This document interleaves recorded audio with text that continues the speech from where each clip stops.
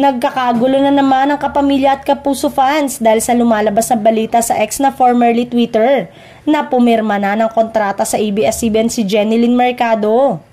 May mga naniniwala na dahil may larawan ng aktres na may hawak na bouquet of flowers at sa likod may tarpaulin ng ABS-CBN. Sa simula, may mga naniniwala sa balita at kaya raw ito lumipat sa ABS-CBN dahil walang offer na kontrata sa kanya ang GMA Network. Hanggang sa may nagsabing fake ang news pati ang photo ni Jenilyn ay Photoshop.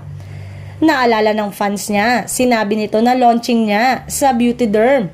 Mananatili siyang kapuso, hindi pa nga lang siya nag-renew ng kontrata, dapat siguro mag-renew sa Kapuso Network para matigil na ang mga ganitong fake news.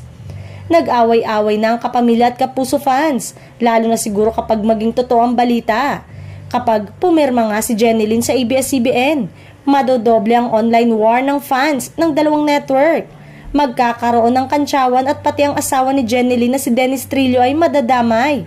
Remember, na-involved sa controversy si Dennis dahil kay Jenilyn at binabalik-balikan yon ng fans kapag may mga ganitong issue.